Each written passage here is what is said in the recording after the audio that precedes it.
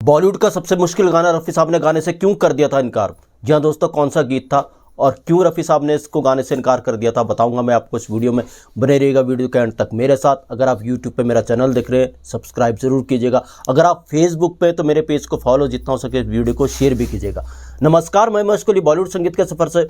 दोस्तों, मैं एक गाना देख रहा था यूट्यूब पे, तो उसके नीचे कई कमेंट थे बॉलीवुड का सबसे मुश्किल गाना, और रफ़ी साहब ने इसको गाने से इनकार कर दिया था। बाद में जी हाँ, इस गीत को येसुदास ने गाया था। मैंने येसुदास जी के इस गाने की थोड़ी सी खोजबीन की। रविंद्र जैन साहब ने इसको कंपोज किया था, लिखा भी रविंद्र जैन साहब ने था। तो मैंने जब थोड़ी सी खोजबीन की, चाहे वो एआई की जानकारी हो, चाहे वो गूगल की जानकारी हो, कि सचमुच रफ़ी साहब ने इस गाने को गाने से इनकार कर दिया था। और कुछ वीडियो भी मैंने यूट्यूब पर देखे कि रफ़ी साहब ने इस गीत को गाने से इनकार कर दिया था। हालांकि तो मैंने भी कुछ जानकारी निकाली, रफ़ी साहब ने इतना मुश्किल गाना गाने से क्यों इनकार कर दिया था। जी हाँ दोस्तों, इसको बॉलीवुड का सबसे मुश्किल गाना कहा गया है, जिसको रविंद्र जैन साहब ने रचा था। रविंद्र जैन साहब सबसे पहले इसको रफ़ी साहब के पास लेकर गए थे, इस गीत का प्रपोजल कि आप इस गीत को गाइए। वाकई रविंद्र जैन साहब ने इस गीत को बहुत कठिन बनाया था। आप सुनेंगे, 13 मिनट का गाना है, तो आप हिल जाएंगे इस गीत को सुन के, रोंगटे खड़े कर देगा ये गीत। तो रफ़ी साहब ने इसको मना क्यों किया। जी हाँ दोस्तों, 79 के आसपास की ये बात होगी। रविंद्र जैन साहब एक फिल्म पर काम कर रहे थे। इस फिल्म का नाम था तानसेन, जो कभी आई ही नहीं। ये कभी फिल्म लोगों तक पहुंची नहीं। इसके ना तो इसकी पोस्टर इमेजेस कुछ आपको नहीं मिलेंगे। ये फिल्म पहुंची नहीं अपने मकाम तक। फिल्म पहुंची क्या, ये फिल्म शुरू ही नहीं हुई। मगर इस फिल्म के लिए गीत रिकॉर्ड कर चुके थे रविंद्र जैन साहब। इसका प्रपोजल सबसे पहले वो रफ़ी साहब के पास लेकर के पहुंचे थे।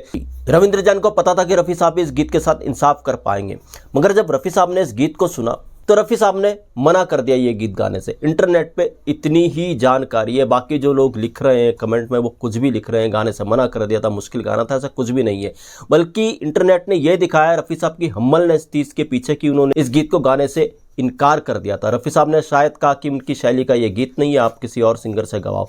प्रॉब्लम ये थी, ये गीत 1 2 3 4 रिहर्सल में फाइनल होने वाला भी नहीं था। इस तरीके का गीत रविंद्र जैन साहब ने बनाया था, और उस वक्त पे रफ़ी साहब बहुत बिजी सिंगर थे, सबसे ज़्यादा वो शोज कर रहे थे। तो इस गीत को इतना वक्त देना शायद रफ़ी साहब के बस में नहीं था, इसलिए उन्होंने शायद मना किया। बाद में रविंद्र जैन ने इसको येसुदास से गवाया। जी हाँ, सूरदास का ये गीत था, षडज ने पाया ये वरदान। अब इस गीत में प्रॉब्लम क्या थी, 13 मिनट का गाना है। जी हाँ, जो ये गीत रविंद्र जैन साहब ने रचा, तो इस गीत के अंदर कई राग आते हैं। एक मूर्छना पद्धति होती है, चाहे वो ईस्टर्न क्लासिकल हो, चाहे वो वेस्टर्न क्लासिकल हो, उसमें एक मूर्छना पद्धति आती है। जैसे सा रे गा मा पा धा नी सा, एक ऑक्टेव में आते हैं, सा से सा तक।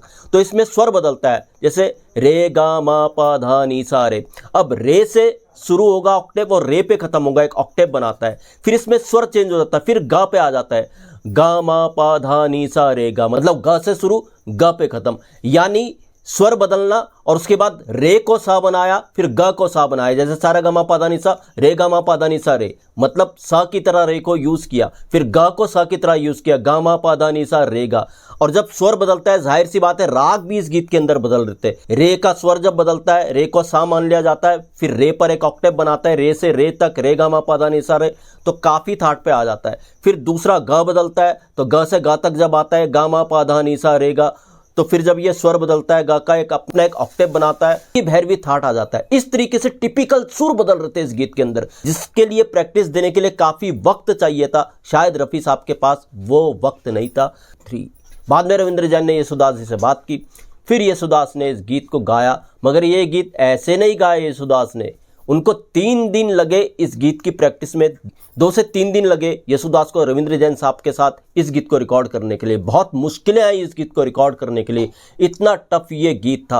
और सैल्यूट है रविंद्र जैन जैसे गीतकार, संगीतकार को, उन्होंने ऐसी एक रचना की। मैं इस गीत की क्लिप तो लगाऊंगा, मगर एक क्लिप सुनने से ये कोई फायदा नहीं है। आप पूरा यूट्यूब पे इस गीत को 13 मिनट का गीत सुनिए, तब आपके समझ में आएगा। रोंगटे खड़े कर देने वाला ये गीत है।